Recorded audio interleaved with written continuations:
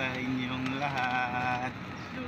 Ito, first day ko ngayon dito sa Pilipinas.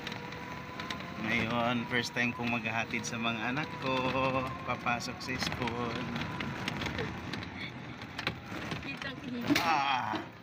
Driver ako ngayon, driver. Yan, dalawa kong anak ko. Ihatid ko yan sa school.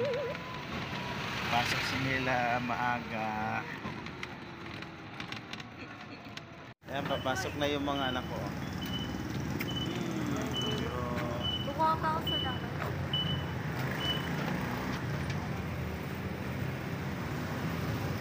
Muna, uy, wala pang kisi daddy ah. Wow. Daddy, alas dos to. Sige.